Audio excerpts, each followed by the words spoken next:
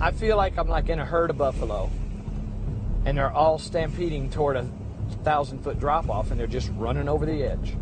And I'm in that herd. And I'm like, I ain't going there, you know. I'm not going to go down that way. So I have to somehow affect the whole herd so that they will take a left turn or a right turn and not go off this edge. And so if humanity takes the planet down the tubes, I'm dead. I'm trying to save my ass. And that is a powerful force.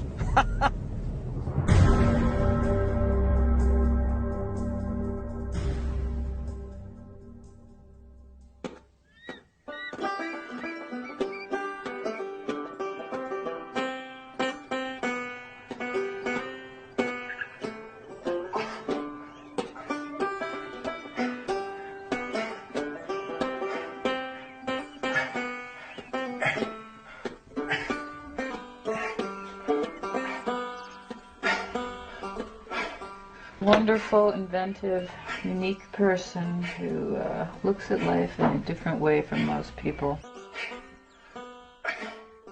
Yes, always full of ideas. In fact, when Mike becomes quiet, you know that there's an idea hatching. Ahead of his time, unusual, likes to do things his own way, stubborn.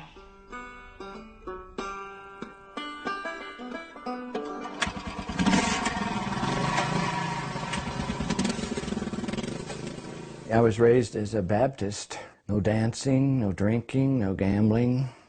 So I got the hell out of Dodge.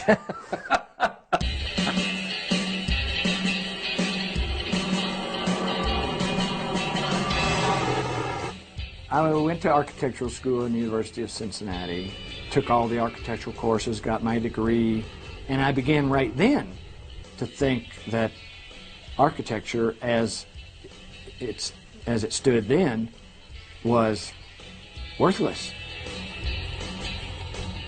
Had nothing to do with the planet. It had barely had anything to do with people and what they needed.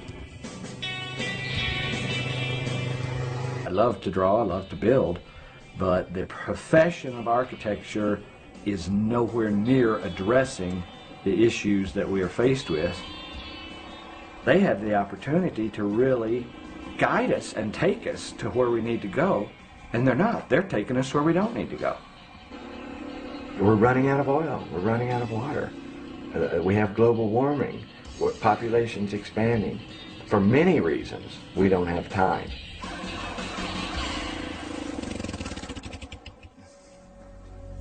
We need to be doing something now, tomorrow morning.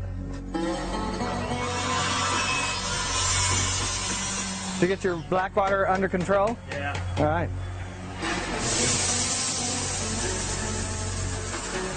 Is that working like we wanted it to?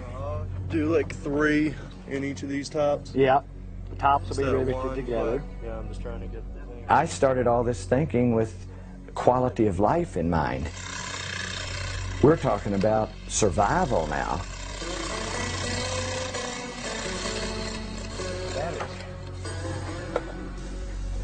all good.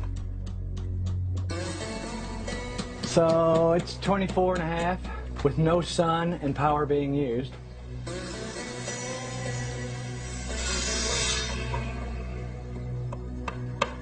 That's the final overflow that just goes to the septic of this. Yeah. But the final overflow for all the planters Can still is come right off of here. here and go through here. Yeah. To hook into the septic. Straight to the septic. Okay, I'm there.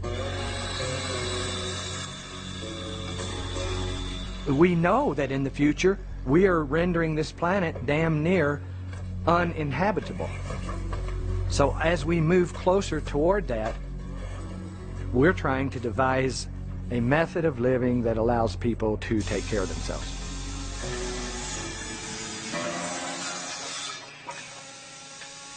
The Phoenix.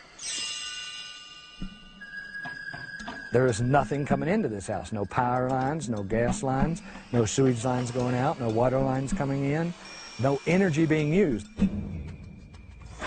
So we're sitting on 6,000 gallons of water, food growing, sewage internalized, 70-degree space year-round. What these kind of houses are doing is taking every aspect of your life and putting it into your own hands. A family of 4 could totally survive here without even going to the store. So that whole area is going to be food production, Yeah.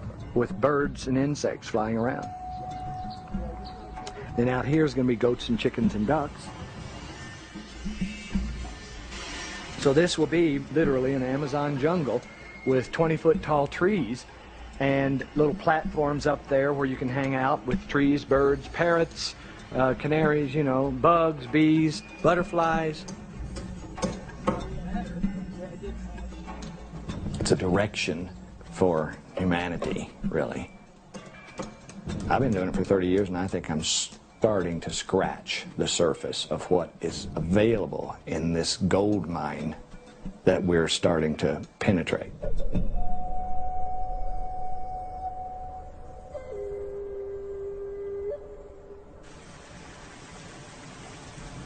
K-Town Solar 1019, the world's most powerful solar radio station, and it's time to open up the sports page for today. And I got to tell you, what a wild, and I mean wild, week it was in high school football playoffs over the weekend. Two of the most shocking results, I think, in the history of high school football.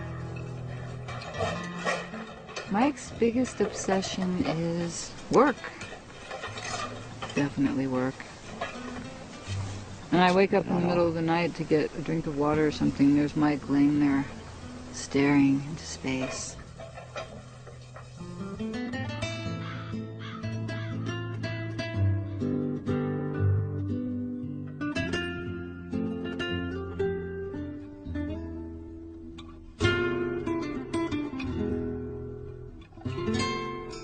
I'm always dreaming about the room that I'm working on or whatever. I was sleeping, I had a dream, and I just saw this seashell type shape that you would walk into. But then I took the sketch to Ted and told him, you know, I just dreamed this, Ted, and here's what I'm trying to get. And I made pictures and everything. And then we talked about how to do it, and then Ted made it happen.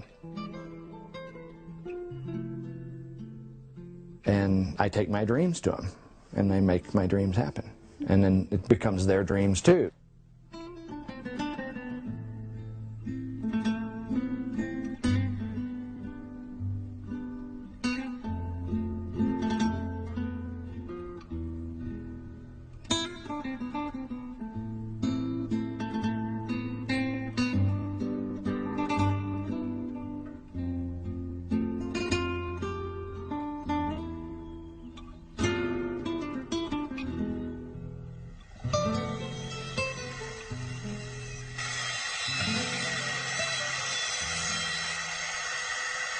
And the bottles, they're jewels, you know. This is garbage. And it comes out like stained glass jewels.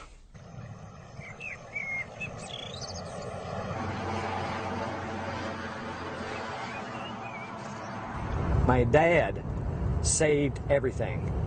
Mayonnaise jars, milk cartons, keys. He saved everything in the basement. And you go down there, and every mayonnaise jar that we had ever used was down there. He didn't know what to do with them. He didn't really have uses for them. He just said, that's too good to throw away.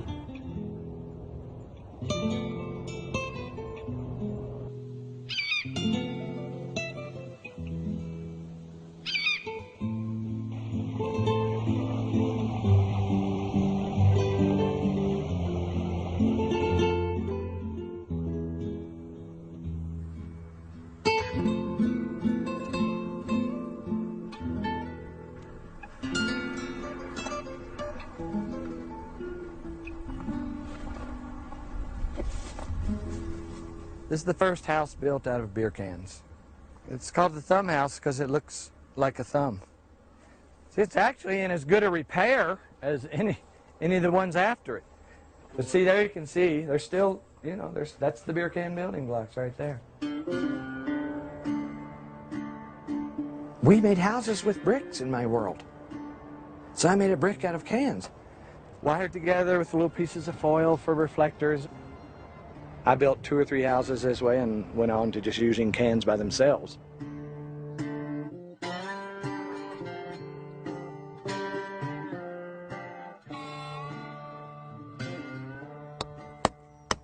It's a solid wall, 35 years later.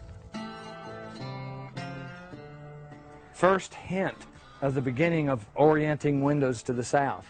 I was just getting aware of the fact that you can get some solar gain into a room by doing this.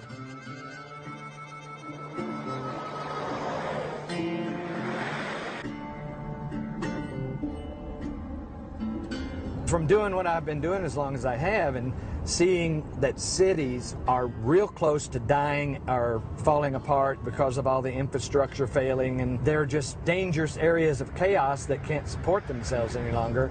So I see them getting abandoned, and I see beyond that people going back to the cities just to mine out the goods.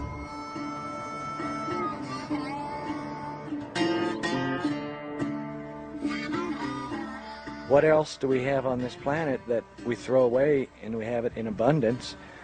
Tires. Tires were resilient and thermal and super strong and didn't take cement, and you know, you can build a whole tire wall with dirt and a shovel and tires. He's totally obsessed. He's very one-pointed, very single-minded, and yeah, he has very strong focus for certain things. And we beat the earth into the tires with sledgehammers, and it was really tight. It was like a compacted 90% brick. In the early 70s, they're talking about solar and trying to store thermal mass in houses, and I'm getting a bit of a consciousness of thermal mass. Beating dirt into tires was mass. Mass holds temperature. And I'm like, oh my God, this thermal mass thing is intense. I mean, it's like, oh, man, it's powerful.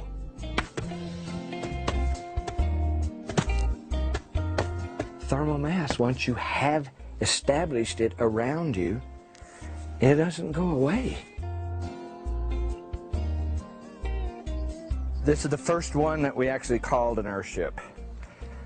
I needed a house because I was just getting married to Chris, and here it is 20 years later, and we still live in it because it works.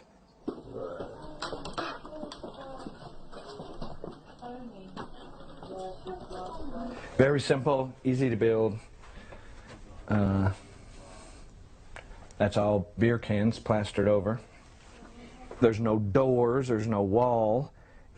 It's basically a series of U-shaped rooms, all connected with a greenhouse. All of the glass is facing the sun, and the low winter sun comes right in and floods the house and is absorbed into the massive walls of the tires and just stored there. Just heating-wise, there's just no heating bill.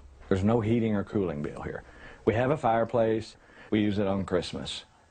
And that's it.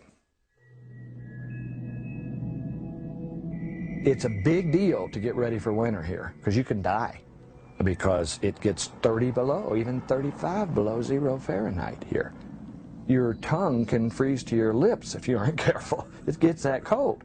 And here we've been living here almost 20 years with no heating system. That takes a huge bit of stress off of the person, but it also takes it off of the planet.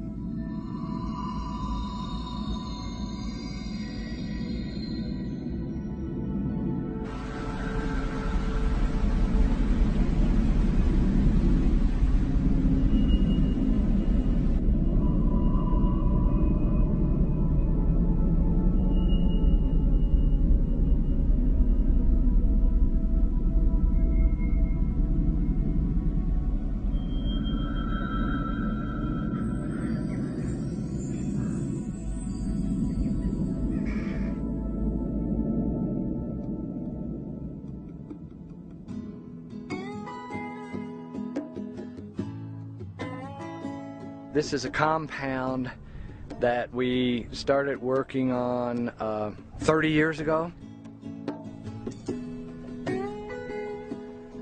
This is like a little testing site, really.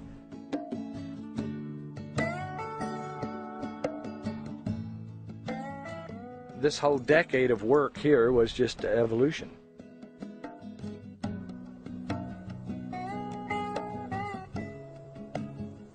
You couldn't worry about what it looked like, you just wanted it to work.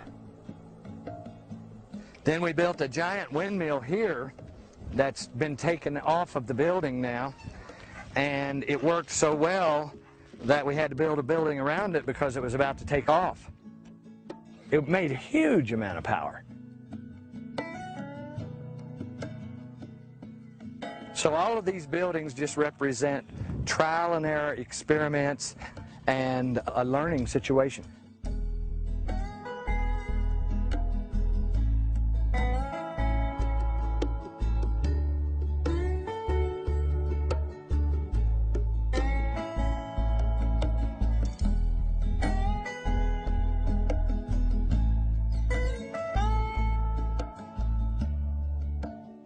That's the first building right there.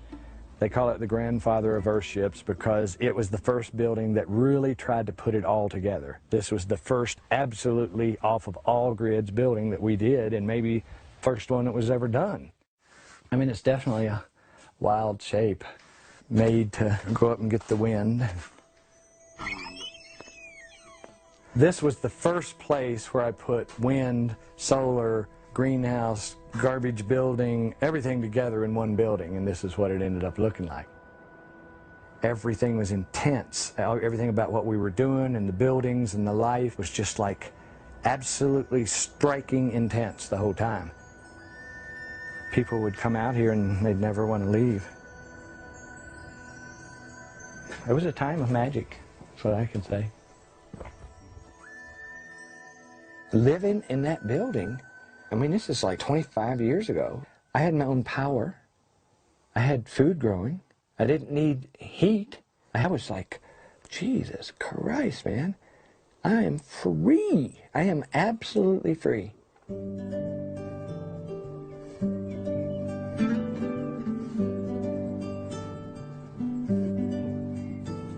The state of mind that that put you in. You can get up in the morning and you own your life. I can do whatever I want because I don't have to do anything to stay alive.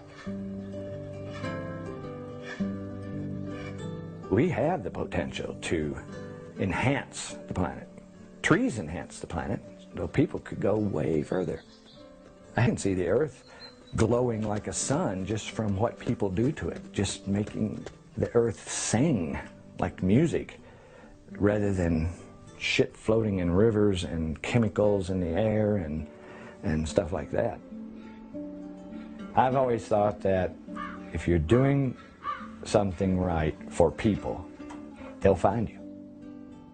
We put it out there on a website. We wrote books that got out there. Of course, all the magazine articles and everything got out there, and it attracted some people that ended up working for us.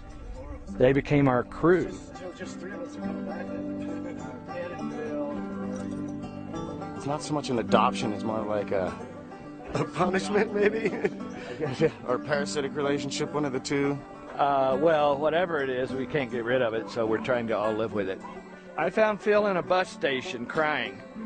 I took him in under my wing, and here he is.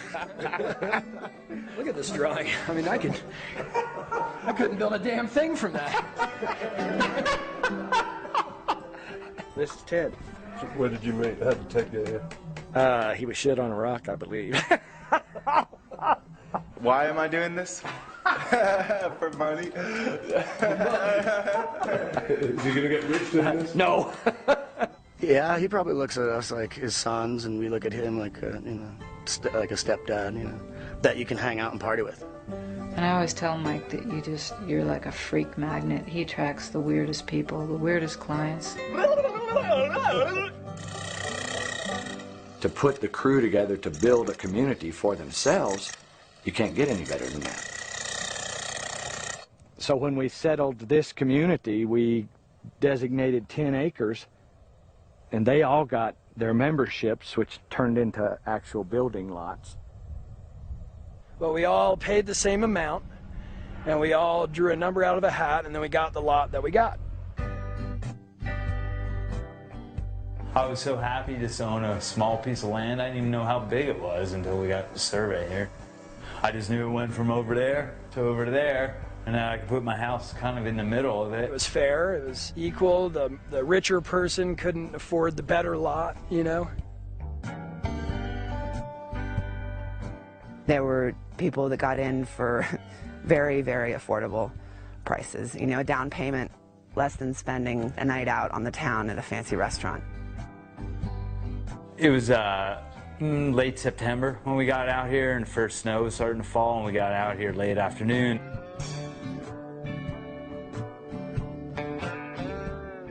Yeah, I was trained as an architect and then graduated and chose to live in a dirt hole and build a house around myself.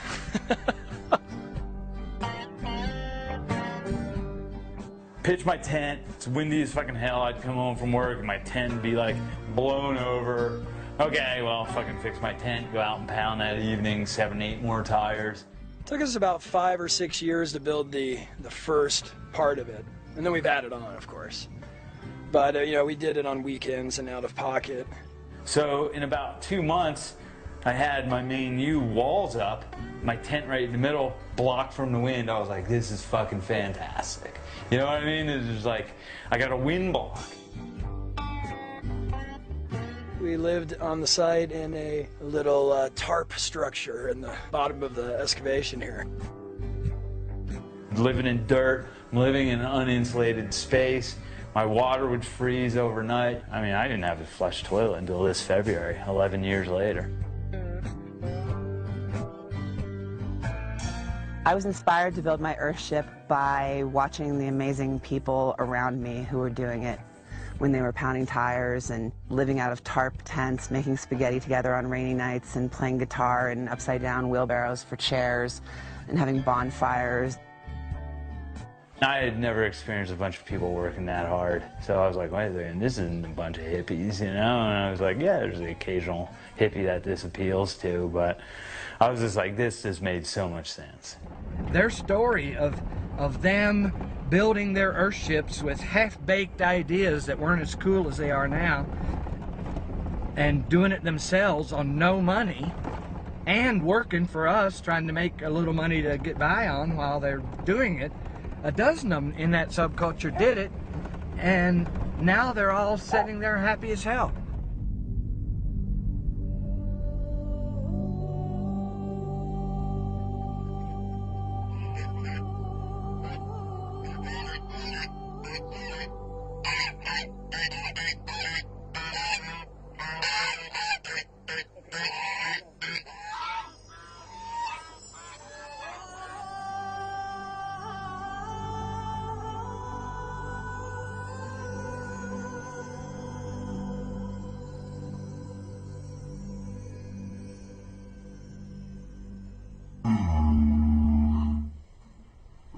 I was gonna say because we have spiders in our house. She doesn't know the difference between this house and a conventional home like that I grew up in. But it's just part of her that the house takes care of her and supplies power and heats itself and has plants that provide food and and the water comes from the roof. She knows all that. And she thinks that's the way it is, and that's the way everyone needs to think.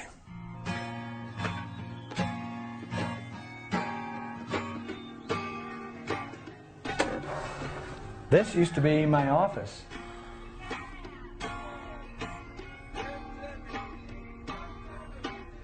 It's really probably about 30 years old.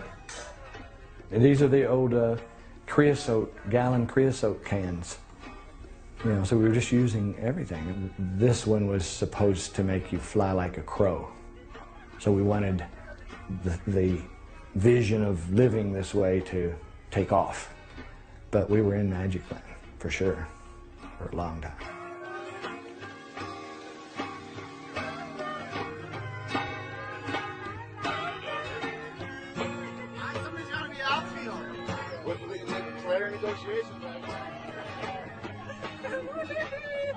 You know, the crew always becomes like a family, and we would work together for 4, 5, 6 years, and then another group, you know, they'd fade out and others would come in.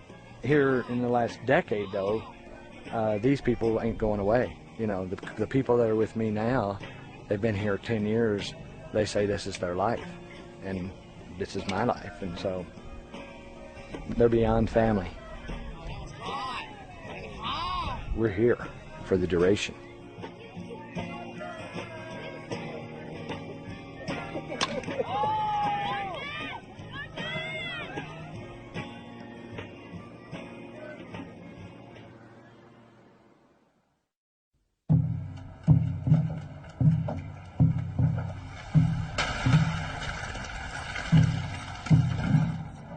You discover gold in your backyard, you have to work to keep it a secret. All of a sudden we're getting requests from all over the country and world to do earthships, earthship communities, and so on. So then I got the idea myself, well, I'll do a community myself. It's an off-grid sustainable community. Translate this into cities? Holy shit. I bought the land up at Reach to do the Reach community because I wanted to really challenge the concept on the slope of a mountain where no power water could be gotten or whatever. We learned the systems at Reach, power, water, and sewage. And it was, in fact, the first New Mexico sustainable testing site. Reach was successful. Now I want to go further. So I go on the other side of town and I get 650 acres this time. You spend thousands of dollars in the process of getting land to have a house on. That's ridiculous. Why don't I just buy a chunk of land, not make any profit on the land, just have everybody own it in common, and all their money goes straight to their house? We don't need infrastructure. Each one of our buildings has everything it needs, power, water, sewage right in it. We took thousands and thousands of dollars of expenses out of the equation, and it worked. Now we have a bunch of people out here, no mortgage payment, no utility bill, and they're happy, and we are ongoing. I'm not saying that I really consciously wanted to use people as guinea pigs. But I was using a life situation as a guinea pig in a sense because it could not work out for you. People piss and moan if there's the slightest little problem, and you learn from that. If they're all complaining about it being too hot or too cold or not enough electricity or not enough water, we're going to learn and we're going to fix it.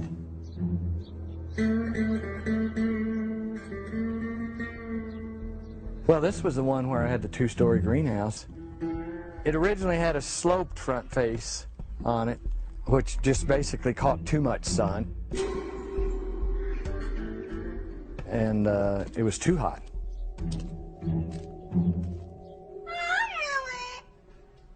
No, we had ventilation and everything, but the sun, just the direct winter sun coming in at a slope 2 stories high was just too much.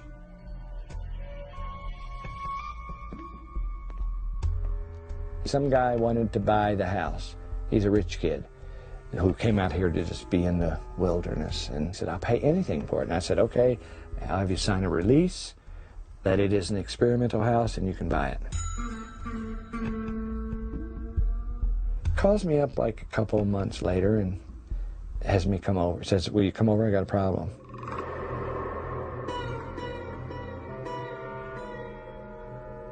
And he took me in his kitchen, and he is a writer. And he had an heirloom typewriter out on the kitchen table working. And the typewriter was melting. The plastic was running.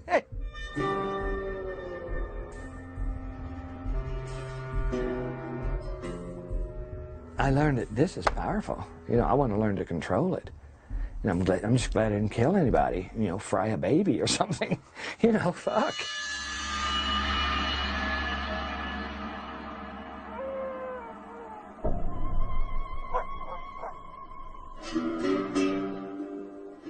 It takes clients to develop ideas in building. You can't figure out all your ideas on your own one house. You need many houses to do it on. You can't afford to build many houses, so you do need clients. And people take issue with him because in the early days he did it badly. The houses leaked, they were hot, they looked like they landed from Mars or another planet. Most of the time, you'll get good clients that realize that it's experimental what you're doing, and some things may not work, or some things could be better.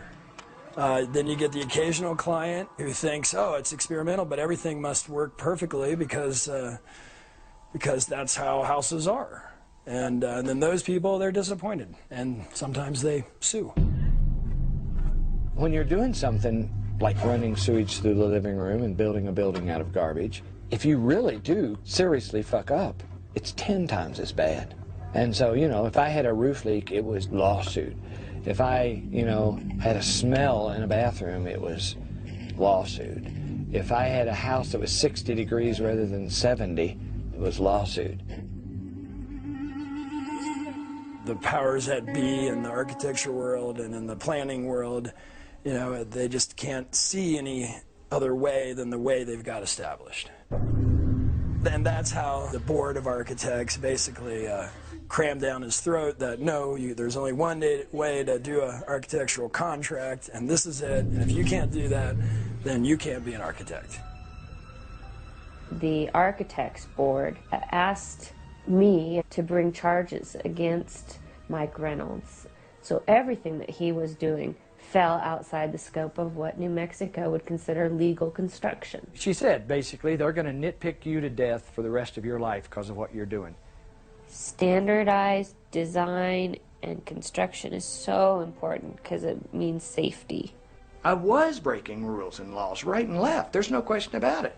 It's not just the design, but it was actually the building of these Earthships that was a problem. Which, granted, he wasn't playing by the fucking rules. Rules are made to be broken. I was twisting the law to try to get sustainable housing out there, folks. The worst outcome that could have ever been for Mike was he'd lose his license, and he did.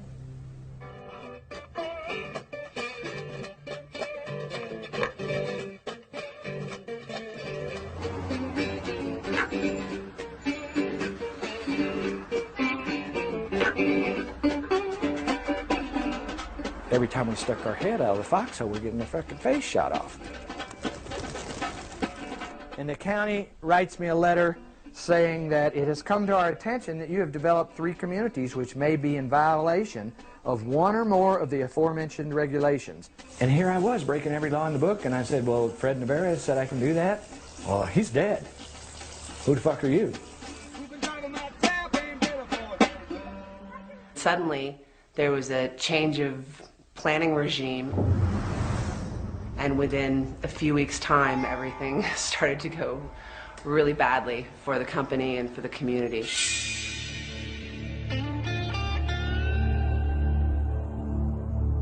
They had a big notebook like this thick, even thicker than this, Reynolds subdivision violations. Subdivision law stated that to convey property you have to have power, water, sewage. You have to have everybody owning their specific piece of land. You have to prove that you can provide all these utilities to it. You have to put in roads.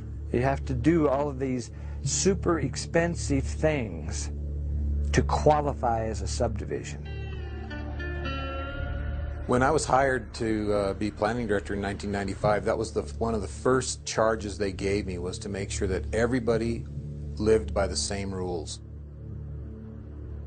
They didn't put any roadways in. There's no service, no water. They didn't put anything in. And the state legislature at that time just said, okay, enough is enough. We filed 5 subdivision actions at the same time. He came out with his code enforcers with guns on. I mean, they shut us down.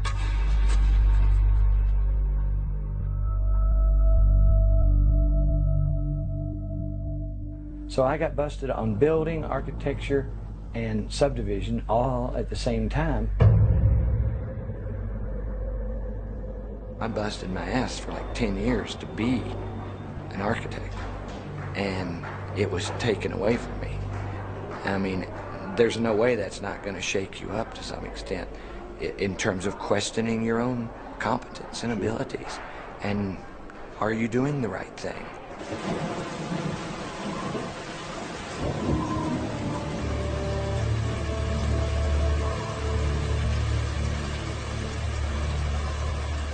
We fired the crews and we're down to 2 or 3 people. And job sites were shut down, and people that were waiting to build, their permits were denied even though the county had already cashed their checks. Spirits fell low and people moved out, and there wasn't a lot of work, and you felt like the county was disapproving of what you were doing even though you were trying to do something good for yourself. Even logic failed at that point to some extent, because there were so many things against me. I'm looking at like I've lost my method of livelihood, I've lost my respect, I've lost my credentials. Basically, I had lost everything. What do I do? When people ask you what your heroes are or who the people that influenced you or impressed you, one of the first ones I ever say is Noah, of course. He built a boat, a wooden boat, giant wooden boat out in the middle of the desert, and there was no sea around, and he was building a boat, and they were calling him a fool. But he saw something coming.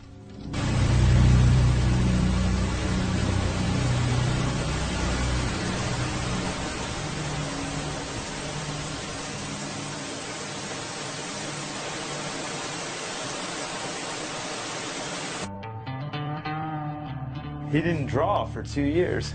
You know, he didn't draw a house design, or he wasn't able to think about any details or how to, you know, improve upon the buildings. So, yeah, he was just occupied by law. Just the atmosphere around the entire company was, everything was in question. At this point, I'm assessing my life and my situation. Do I want to spend the next decade proving these people wrong on an ego trip? Or do I want to, however I can, prove sustainable housing and building? I went in with my tail between my legs. I said, what do you want me to do? And they said, be a subdivision.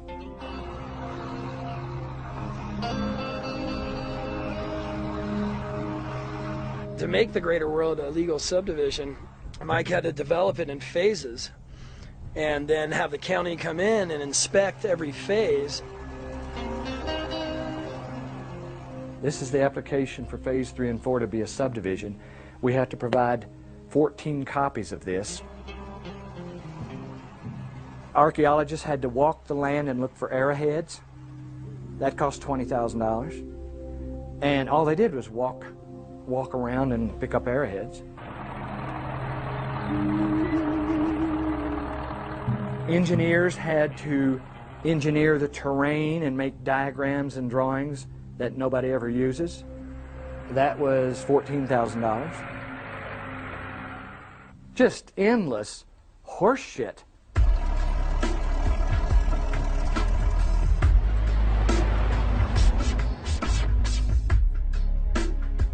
We have a person who could not see any bigger than the rule book.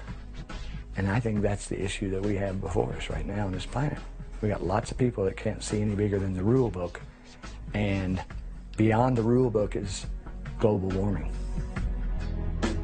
The amount of expense and time, I mean, it was years of his life and other people's. It took us 7 years to completely get the entire development open again. Yes. Yes. What up, Mike? Hubba, hubba, hubba.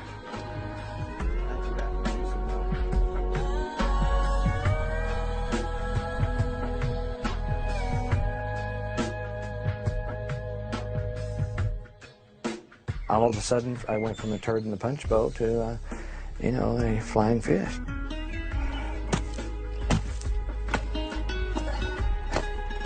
They now see him as a shining example of how to create a subdivision in Taos County.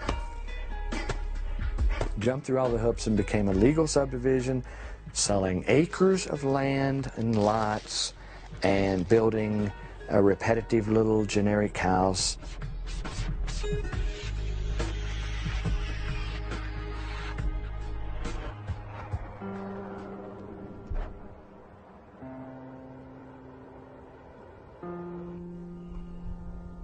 For a period of time there, I was not exploring, I was not evolving.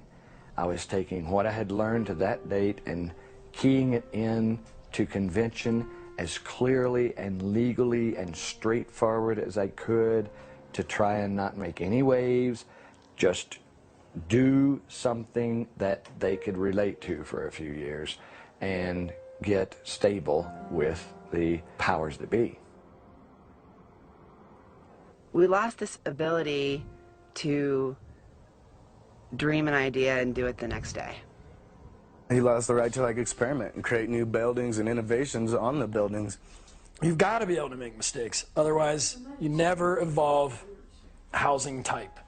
And so that's what the rest of the country is still stuck in the same housing that they were in World War II or World War I. It's the same exact housing. Everybody's so stressed about getting sued that they can't make a single mistake, so there's no evolution of design. I had lost the freedom to fail.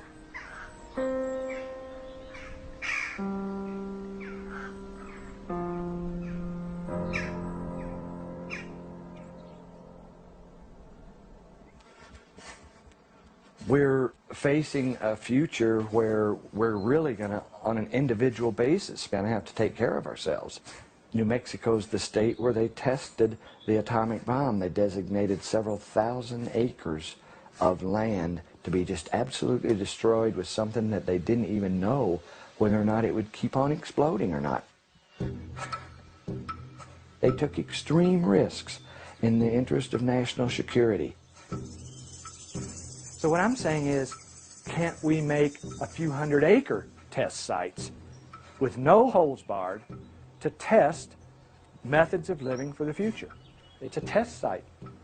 They allow it for bombs. They test automobiles. They test airplanes. They should test housing.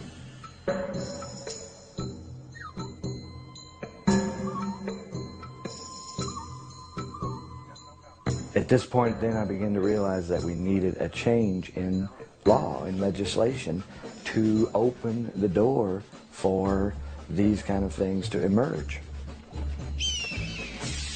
This time I wasn't going to fight the county. This time I was going to fight the state.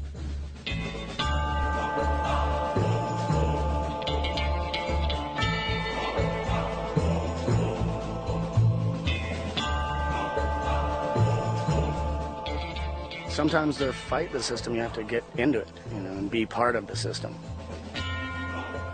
Mike in a suit is hilarious. I loved it when he put on a suit. Oh my God. I think it's hilarious. I think it's great. I think he looks like a homeless car salesman or something. It's fun to see him get up in there, though, It's like a thumb in the butt of, reality right there. I'm not a screaming, flaming hippie trying to badmouth the existing system. I am a part of the system. I have become a Trojan horse. I have infiltrated the system. I am the system now. Okay, Senator. What was that horseshit you were just saying there? Don't be talking to me that way. I've crawled up their asshole, and I'm going to change them from the bloodstream.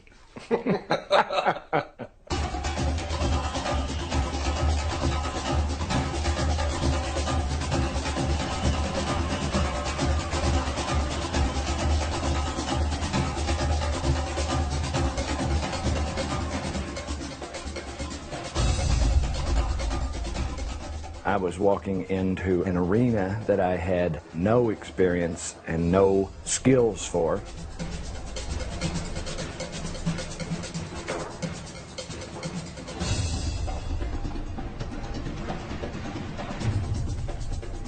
It's an extreme bill. It's an extreme thing to give citizens the right to step outside the law for 5 or 10 years.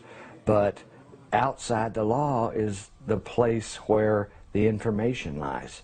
And I'm just saying, let us go get it. Yeah, this building is a recipe for illness. Have you got a list of senators you need to talk to this morning? Yes. I'm just going down the list. No, Except see. I'm not gonna Make sure you get to him. Martinez and Grubasek. And see if you can talk to Lorraine. Totally lobbying the shit out of the whole Judiciary Committee. Get them, try to talk to them, get them the flyers. You really have to demonstrate to everybody that you're working within the system, that you're not coming from outside the system. Basically, it's going to be called the Sustainable Development Testing Site Act. Okay. I had to tweak every aspect of my being just to be there. You know, play a game. It's like some kind of a board game, and the building is round, and you just run around in circles in this building, talking to one person, talking to another person, trying to get into this meeting, trying to get into that meeting. That's a sewage system in a living room. Not asking for money, just permission to test. I understand. It's a regulatory issue. Yeah. Every kind of a demon or troll or ambush you could possibly imagine was there waiting to devour you and your bill. All it takes is one guy coming in here that you didn't talk to, who has a connection on this committee, that boogers your bill. One wrong word from the right person, and you never know how your bill died.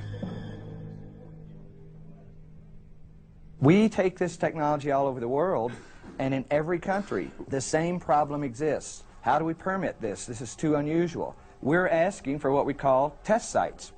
If a person gets an idea, the next morning they can be out there building that idea. It's like a gladiator or something. You have to go out there and fight off all of the people that are trying to ravage your bill for whatever political reason. Defending the legalities of the bill against a bank of lawyers who can double talk me up one side and down the other. How independent is the word independent? It's independent of the conventional grids and disposable systems. What it got to was picking apart words and meanings. On page 3, line 10, you use the term real people. How are unreal people defined? There was a tremendous amount of restraint to keep me from splattering people and papers all over the walls of that fucking building. You know, there were many times when I wanted to just stand up, turn the desk over, and say, this is a load of horse shit. I believe in the Constitution we don't call people real people. We call them something else. Randall, is there a term other than real people for real people? Is there a legal term? I'll find one for you. Okay, so in other words, what you also mean is the things you say in your definitions. I just think the bill was drafted very unusually, but he's all over it, man. He doesn't want any of this flowery language.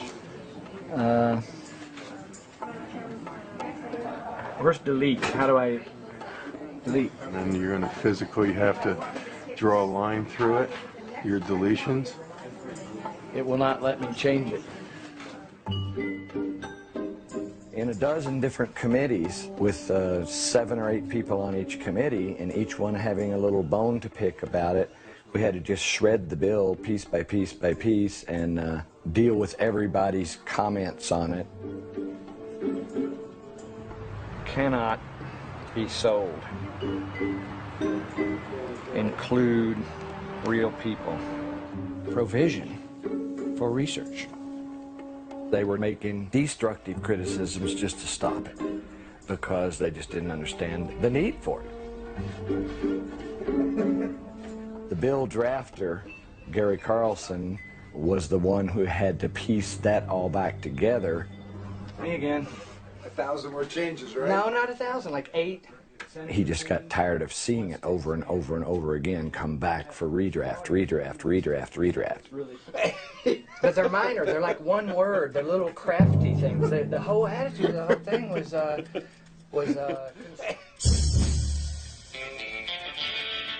we haven't even begun to think of the ideas, but nobody's going to unless they have a forum in which to do it.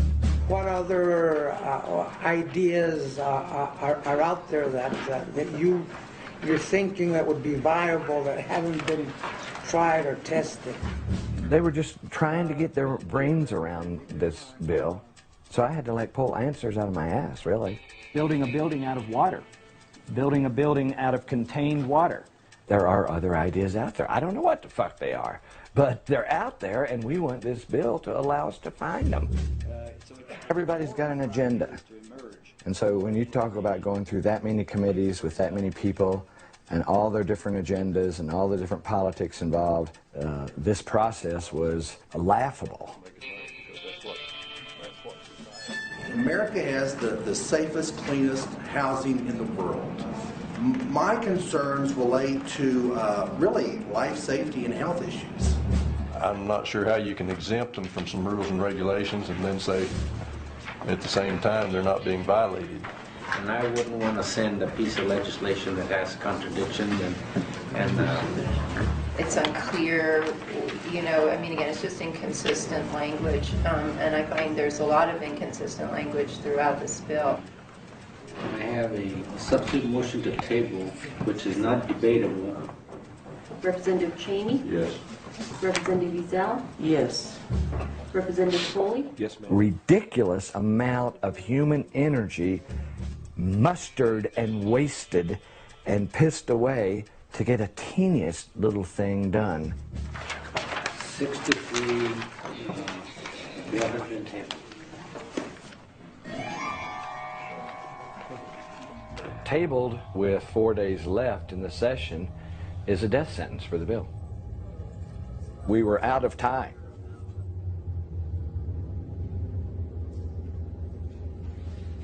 The dream would have been to have an inside connection to this one committee of lawyers, Judiciary Committee.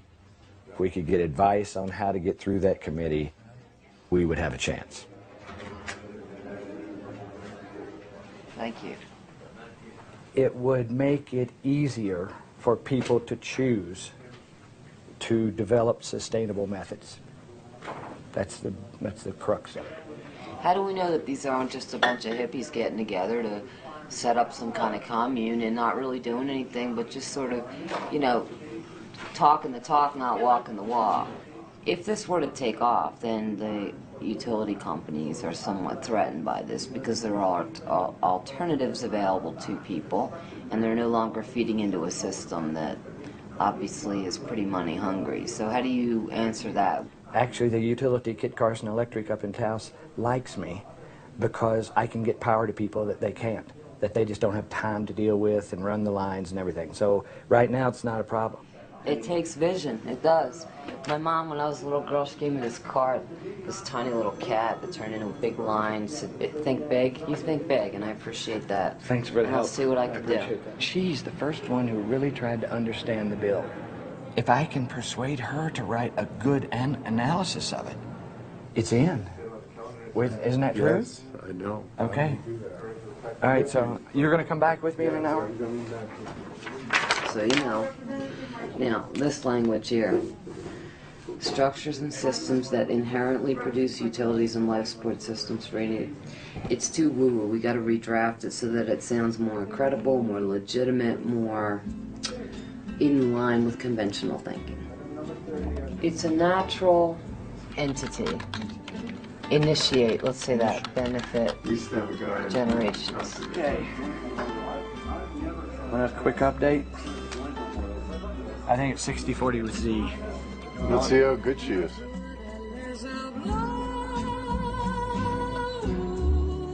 She knows where the power is. She doesn't have it. She steers it and directs it.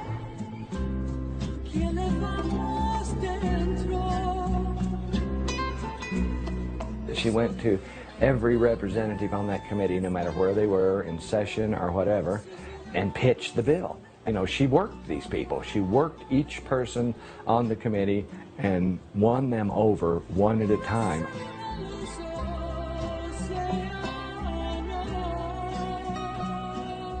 This is the telltale thing right here. If she comes out with it pulled, we're in. And if she comes out with it not pulled, we're out. This is basically it right here.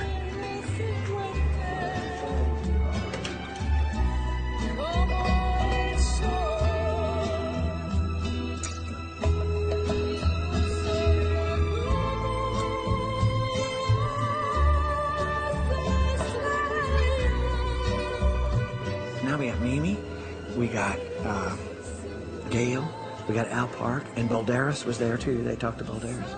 We got 4. That woman is fucking amazing. Hubba hubba. We got it. Huh? Tired now. Oh yeah. It's pretty good too, 9-2. Got out of judiciary 9-2. It might just make it. There's not any obstacle left. There's just time now. We were 3rd on the list, on the schedule. We made it to the floor, ready for the vote. Madam Speaker, I asked him a question, and there's a difference between yielding the floor and asking a question. You said you would yield to the gentleman from McKinley, and we are waiting for his response. Madam Speaker, we want to call the House, please. State Police, will you please lock the doors? We asked for a roll call, Mr. Speaker. You got the roll call. Madam Speaker, we want to call the House, please. Call the House. Sergeant at Arms, get Youngberg. Will you please lock the doors? They filibustered all the time away on purpose. No, sir. Call the House takes precedence, Mr. Speaker. And they just eat up time, blabbing. It's kind of a leverage thing. They were wanting to get something from the Senate. It's games. It's games. The legal process is okay if you got forever to be farting around with slow change. The problem is, on the planet now, today, we need fast change.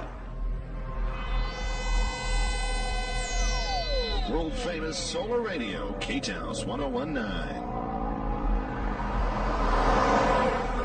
K-Taus Solar Radio national and international news. From Indonesia to India, a tsunami tidal wave triggered by a massive earthquake swept across the Indian Ocean.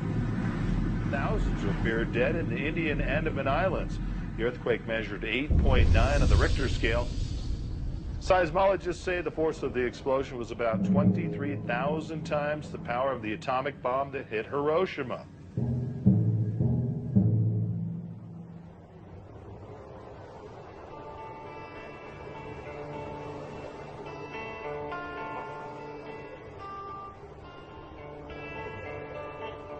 Group of architects from the island group of Nicobar, which is right in the center of where it happened, asked, could we do anything?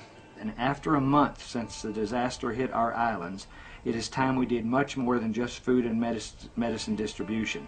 The need of the hour, as we see it, is 3 major components: shelter, sanitation, and clean water.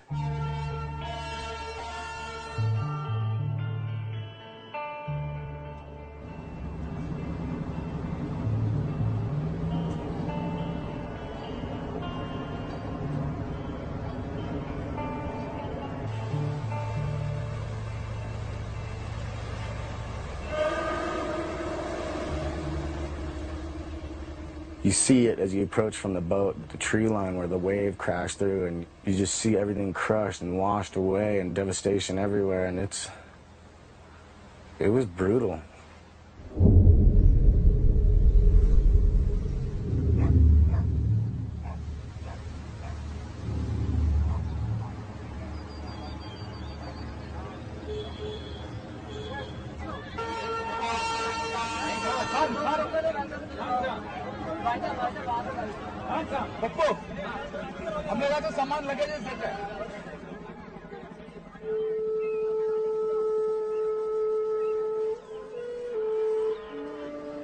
Just don't really see how it could be much worse. An 8.9 earthquake followed by a 30-foot wave. 3/4 of the people are gone and half of them are dead.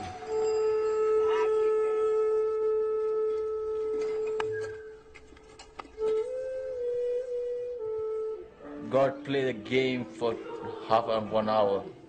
All are destroyed. Not very long. Not very long. It's a game of 1 hour. It's finished, man. Nothing.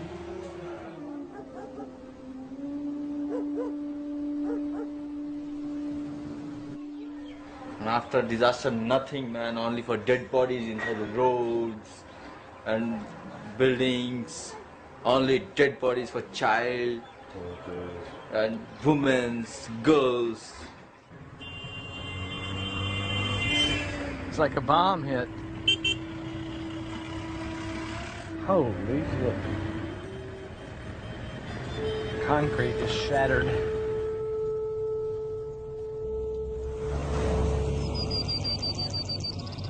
There was 35,000 people and there's 7,000 left. We were just floored with the power of what we saw from nature and how it can just in an instant wipe out humanity. You are humbled by that kind of a situation.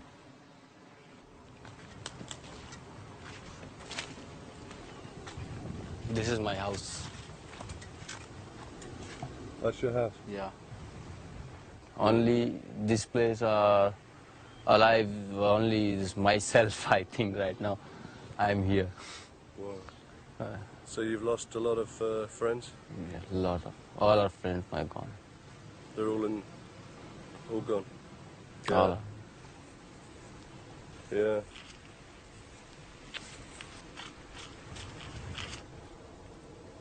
Here we'll sit together in this place for tea and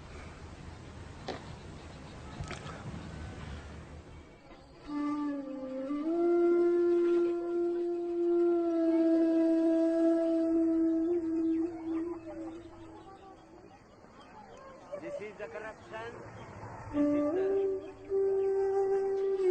heroism.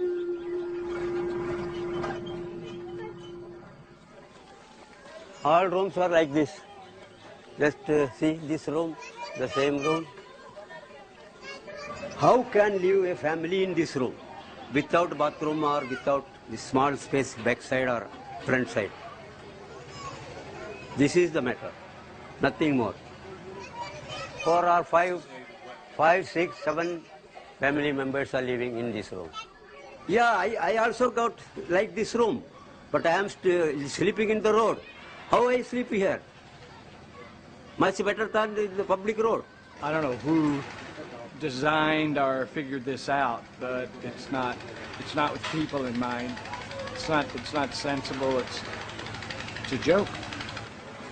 This is not a solution. This is a mess.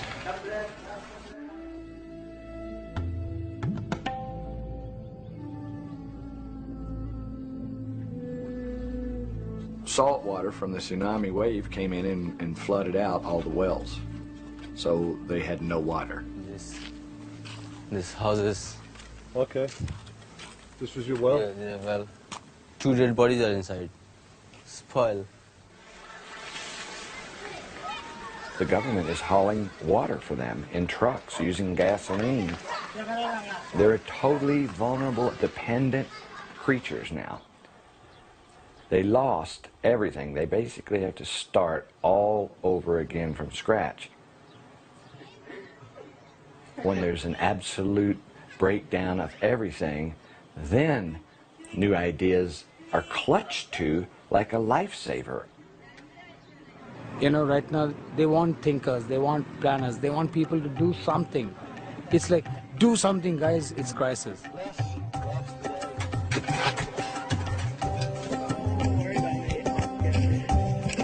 What we're trying to achieve is low-tech shelter, but very strong for earthquake, that uses local materials to make shelter that catches water. And the whole bamboo structure is independent of the tire structure, so the tire structure could shake and the bamboo would slip, just sit there and slip. Do you think this can withstand a 9 Richter earthquake? Yeah. It's like this. You like him? There you go, yeah. Oh, yeah. Good job there. Not bad. Yeah.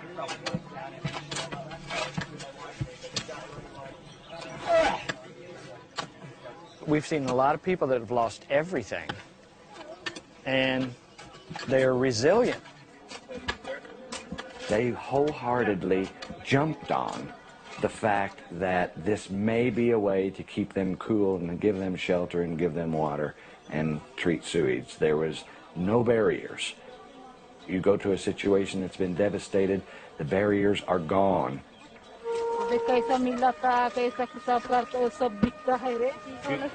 She's great, man. She keeps Phil and I fed with cement fast enough. Fully impressed, man. I'd take them all home with me.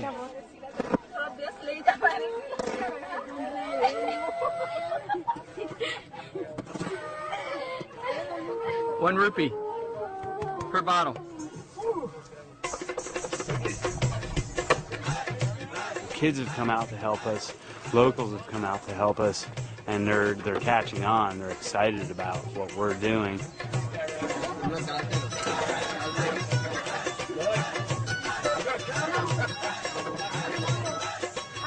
बड़ा मनता बड़ा छोटा इसको बड़ा उसको छोटा बोलता छोटा मनता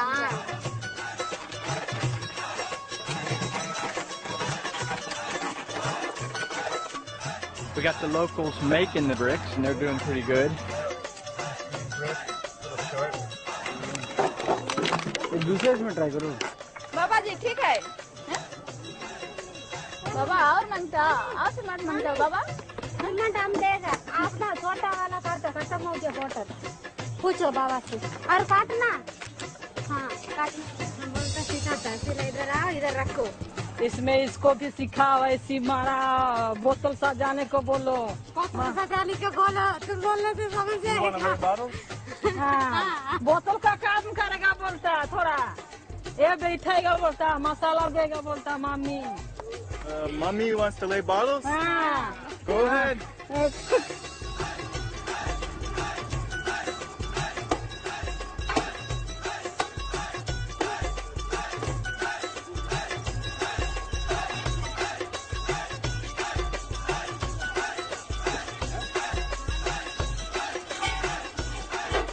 सब इसी के अंदर इसको सेल्फ सस्टेनेबल हाउस बोलते हैं जिसके अंदर मतलब सब कुछ खुद का होगा बाहर से कुछ लेने का जरूरत नहीं जिससे कि पूरा घर का पानी सब कुछ हो जाए मतलब पीने का पानी भी इसमें से निकल सकता है What is this?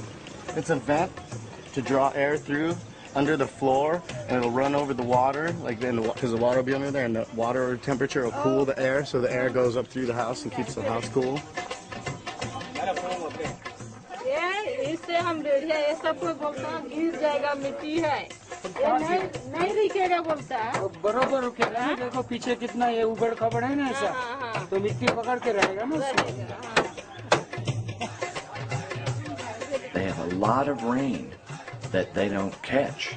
So they have, in the climate of that island, everything they need. The roof was designed to collect the water and take it to gutters. Trying to get a slope in the bottom of the gutter.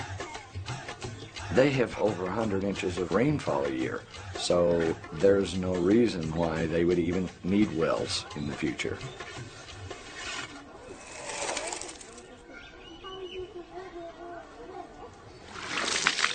Hobo, hobo, hobo.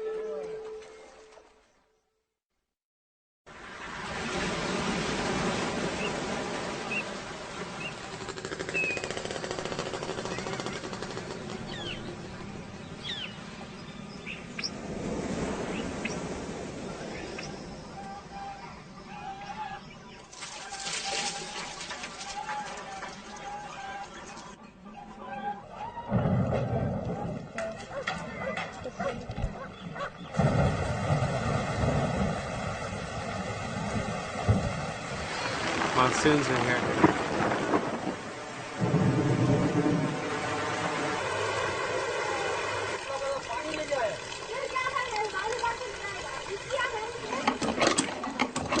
Are we catching water, Mike?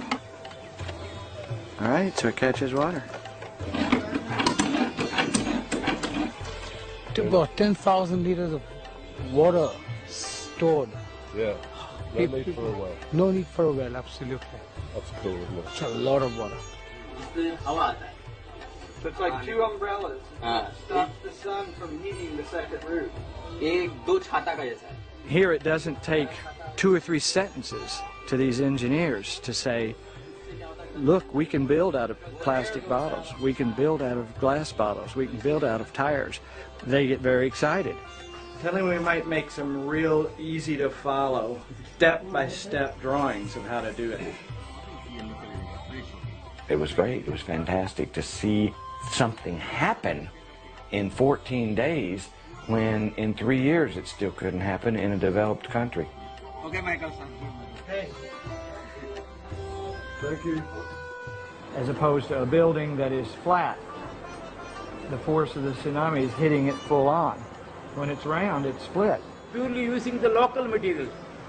The worn out tires, used bottles, empty bottles, beer bottles, round bottles, and the used splash bottles, plastic bottles. We gotta like beg on our hands and knees to build these in America, and here they're loving it and wanting us to do it.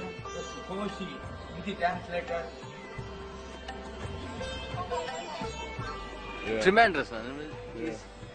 Magic. It is magic, just like magic. I want to make every island in this type of ship. In every island, 547 islands we have. Very beautiful. Very beautiful and fantastic. के चले जाता हम लोग को छोड़ के हाँ और आओ Yes. Nice.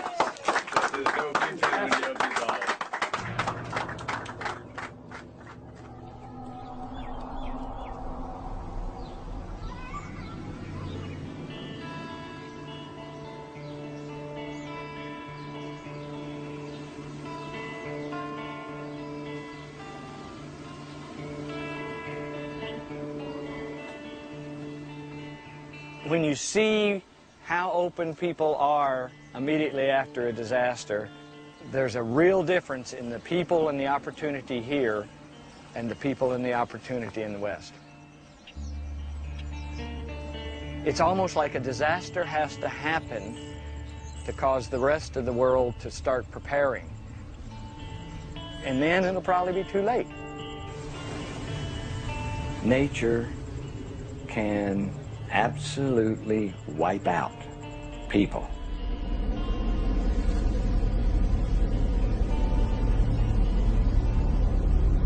K-Town Solar Radio National and International News. America in crisis. Hurricane Katrina has devastated the Gulf Coast. It's been described as the fiercest storm in American history.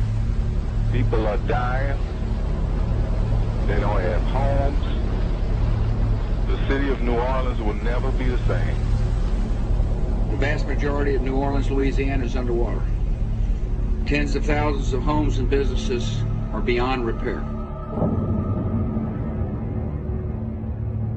We are dealing with one of the worst natural disasters in our nation's history. It's too doggone late. How can one punch from the gods collapse the richest and most highly developed society in the world? Tropical storms may be growing in overall intensity due to human-induced global warming.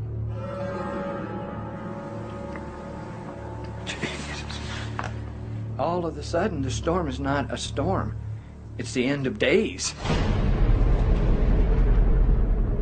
I was almost getting casual, and there's no hope for that now. There's no way to get casual. It's like an emergency.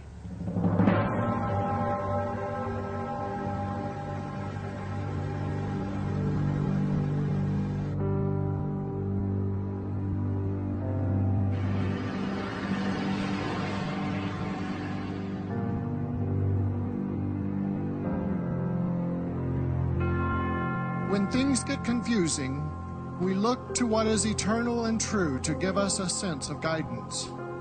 When things get chaotic, we look to what is lasting and unchanging to give us a sense of calm. The cynical Machiavelli said that wisdom consists in being able to distinguish among dangers and making a choice of the least harmful. Katrina wiped a major U.S. city away. After Katrina, hundreds of thousands of people are crying at the government because the government is not taking care of them. This bill would allow individuals to take care of themselves with their own methods. It's like going to the people and saying, everybody out there, use what's in your mind and try and come up with some better ways for us to live because we don't have enough of them right now. As soon as an environmental activist stands up and says that, it's over with. The Honorable Bill Richardson, Governor of the State of New Mexico. I don't think they make the connection between natural calamities and global warming. I think they think it's a fluke. You're coming up with something that people are resistant to because they don't want to look at the problem to begin with. If you don't want to look at the problem, then why would you want to hear about a solution? You're doing this for their children and their grandchildren. You have got to make them aware, not to scare them, so be careful with the language you use. Every time you open your mouth in committee, it's a liability. You should know that by now. You don't want to scare people so much that they're paralyzed by their fear, because that's what this culture is. That's how Bush got into office twice. People are terrified, and it's just feeding on itself. You know, 9/11, terrorism, and these are very real things. I don't mean to discount them. But the earth is burning. Just been told not to mention anything about global warming, oil shortages, or anything. Do not use global warming as a justification for we've this. already, It's jobs and economic development and new technology. Yeah. They're having some kind of a windfall because of Hurricane Katrina is affecting the revenue of the state of New Mexico because New Mexico is selling a lot of oil right now. The Bush administration is trying to suppress global warming science for the sake of protecting the profits of the fossil fuel industry. You cannot prove global warming as a fact, and with good science cannot prove global warming. It's a myth. It's not easy to face the truth. It's easier to pretend that it's not really happening. House Bill 697 with emergency clause, House Bill 22, House Bill 401 as amended by the House with emergency clause, House Bill 361. And from the design side, a lot of those projects are not very pretty. As a matter of fact, a couple I've seen are downright ugly. This type of housing is not unique or new to New Mexico. I think it leaves way too much vagueness. How does this mesh with the Subdivision Act? It's not a cash project. Research is expensive. Research costs money. We're not trying to make money. Is passed. House Bill 42 as amended by the House, House Bill 266 as amended by the House, House Bill 240, House Bill 196. I often take years to pass bills. You know, you work at it, and then the next time it's a little bit better. 3 years is actually a pretty short time to get a major law through. Law is slow, but the planet's going down the tubes fast. But law is slow. And so I don't have time for law. I'll break the law if I have to.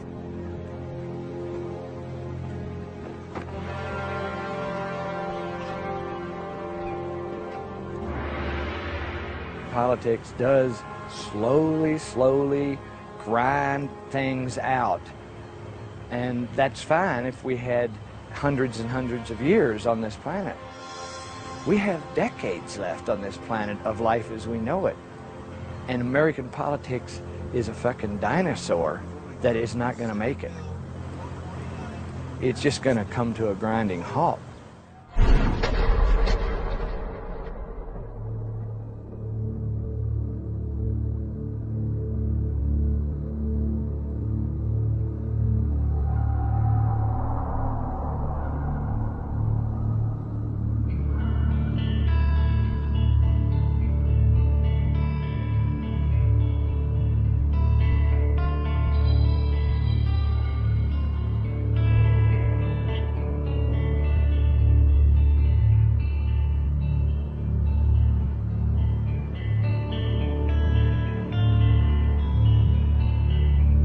This vote is about to close.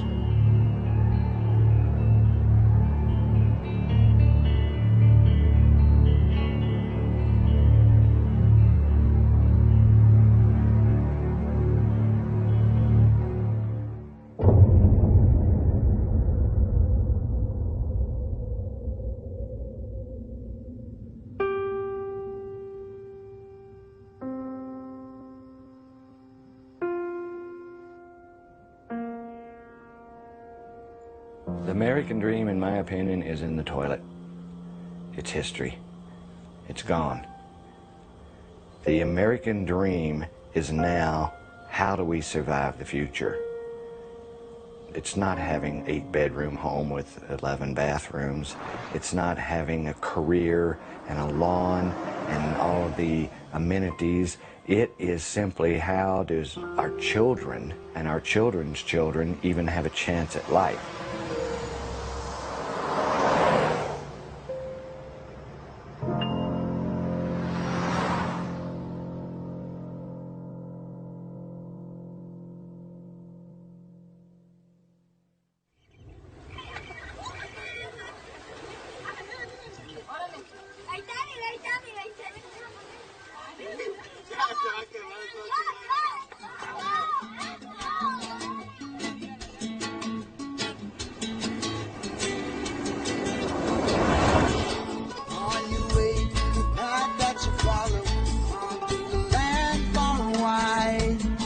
Searching for sweet inspiration, feeling right. And you got the tools you've been given to build this fire tonight. You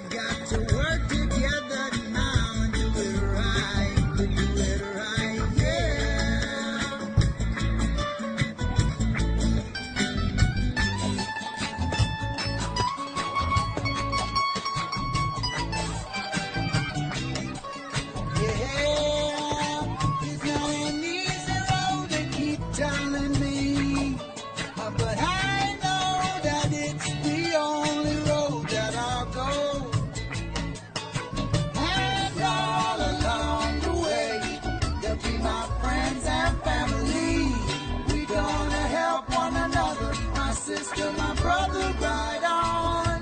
Yeah, gonna help one another, my sister, my brother, right on. Yeah.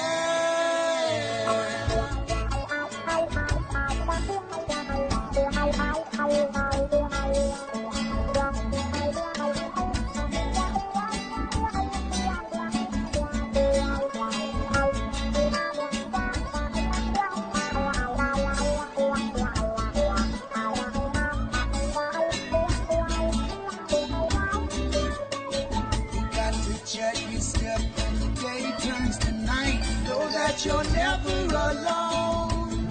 Lion guide, hold your head high, just everywhere you roam. And you got the tools you've been given. We got to build this fire tonight. We gotta learn to work together. We do it right. We do it right, yeah.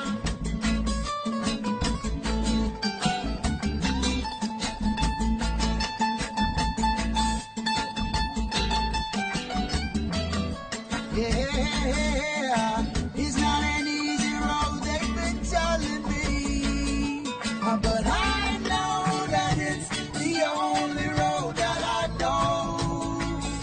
And all along the way, there'll be my friends and family. We got to help one another, my sister, my brother, right on. Yeah, gonna help one another, my sister, my brother, right on.